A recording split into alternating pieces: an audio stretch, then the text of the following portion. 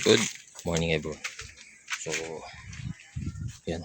Tapos natin yung ating panibagong project.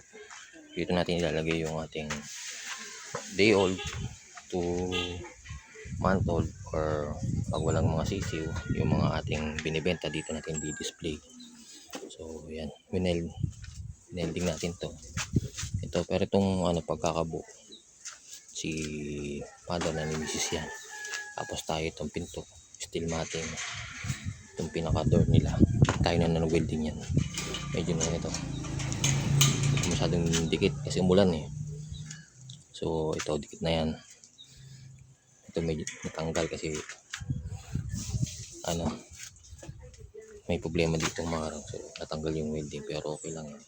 Alaman natin na hindi palyado yung welding natin. Ulitin na natin. Kiniskis natin to kasi medyo sumasayad. Kailangan kiskisin. So ayan yung ating project. Then nilagyan natin dito ng net na sasakto sana yung panang may welding red palyado yan. Sasakto sana yung panang manok kasi ito malalaki. Kailangan natin ng screen na net.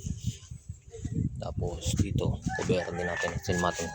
Dito sa likod pag walang budget steel matting pa rin dyan. Tapos dito unti-unti natin lalagay yung bubong. Bili tayo. Pero syempre kung wala pang budget sako muna o trapal. So yan yung ating para ito paano kung may customer na bibili ng sisiw dito, dito makikita lahat. So ayun lang po.